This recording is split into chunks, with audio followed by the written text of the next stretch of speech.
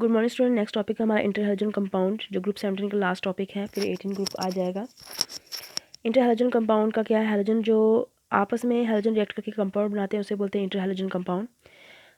तो उसे बोलेंगे इंटर हैलोजन कंपाउंड, जिसे XS-N बोलेंगे। तो दोनों में से एक जो होगा ज़्यादा इलेक्ट्रोनेगेटिव होगा, एक जो होगा कम इलेक्ट्रोनेगेटिव होगा। अब इसकी टाइप्स क्या है, depending about the oxidation state of halogen. Halogen की जो क्या है ऑक्सीडेशन स्टेट क्या उस पर डिपेंड करता है। तो ये 4 तरीके के हैं यहाँ पे बताया हुआ है, किसी तरीके XS-, XS3-, XS5, XS7। तो ये इसकी क्या होगी ऑक्सीडेशन स्टेट। नॉमेनक्लेचर क्या है, इंटर हैलोजन कंपाउंड जो है इनको हैलोजन हैलाइड बोलते हैं। तो halogen with positive oxidation state is named such, while the halogen with negative oxidation state named as halide. तो हैलोजन जिसकी पॉजिटिव ऑक्सीडेशन स्टेट होगी उसे X रखेंगे, वाइल जिसकी ऑक्सीडेशन स्टेट क्या होगी नेगेटिव होगी उसे हम हैलाइड बोलेंगे। जैसे BrCl ब्रोमीन क्लोराइड, तो क्लोरीन की क्या है यहाँ पे नेगेटिव ऑक्सीडेशन स्टेट है, इसलिए हम क्लोराइड बोल रहे हैं। ICl3 है तो आयोडीन ट्राईक्लोराइड, तो क्लोरीन की क्या है नेगेटिव ऑक्सीडेशन स्टेट।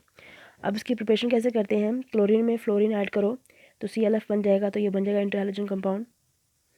Cl2 में F2 ClF3, ClF में F2 ClF3, I2 में Cl2 ICl। इस तरीके से इसकी प्रिपरेशन होगी। अब इसकी प्रॉपर्टीज़ क्या हैं, in interhalogen the larger halogen always serve as central atom, जो लार्जर हैलोजन होगा वो बीच में रहेगा। The higher interhalogen compound such as XS5, XS7 found by large atom such as, जो XS5 है XS5-7 है वो लार्ज एटम भी बनाते हैं, जैसे ब्रोमीन आयोडीन बनाते हैं ऐसे कंपाउंड स्मॉल एटम के साथ, जैसे फ्लोरीन के साथ। तो इसलिए वो इसलिए बन जाते हैं। जितने भी इंटर हैलोजन कंपाउंड है वो क्या है कोवलेंट कंपाउंड बनाते हैं, क्योंकि उनमें स्मॉल इलेक्ट्रोनेगेटिविटी डिफरेंस होता है। जितने भी इंटर हैलोजन कंपाउंड में पेयर इलेक्ट्रॉन होते हैं तो इसलिए वो डायमैग्नेटिक नेचर में होते हैं। तो फिजिकल प्रॉपर्टी जो इंटर हैलोजन कंपाउंड की है वो इंटरमीडिएट होती हैं दोनों के बीच में। जो दोनों हैलोजन होते हैं उनकी मेल्टिंग बॉइलिंग पॉइंट जो होगा वो दोनों के बीच का होगा। They are either volatile liquid, या तो वोलेटाइल होंगे इजीली वेपराइज हो जाएंगे, और सॉलिड होंगे, या फिर क्या होंगे गैस होंगे रूम टेम्परेचर पे। अब इनकी रिएक्टिविटी क्या है, इंटर हैलोजन कंपाउंड जो है वो बहुत रिएक्टिव होते हैं हैलोजन से। Since XS- bond between two dissimilar electronegative weaker, मगर इनके बीच में बॉन्ड जो होगी काफ़ी वीकर होगी। अगर सिमिलर के बीच में जो होगी वो ज़्यादा स्ट्रॉन्ग होगी और डिसिमिलर में ज़्यादा वीक होगी।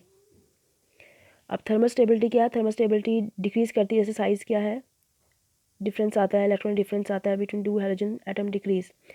अगर उन दोनों के बीच में साइज़ का डिफरेंस आ रहा है या फिर क्या हो रहा है इलेक्ट्रॉन एक्टिविटी का डिफरेंस आ रहा है तो थर्मल स्टेबिलिटी डिक्रीज़ करती है। जैसे यहाँ पे दिखाया है इलेक्ट्रॉन एक्टिविटी डिफरेंस कितना है, IF में 1.5, BRF में 1.2। अब आयनाइजेशन क्या है, इंटर हैलोजन कंपाउंड जो है आयनाइज हो जाते हैं लिक्विड में, मतलब इजी टूट जाएंगे इंटर हैलोजन कंपाउंड।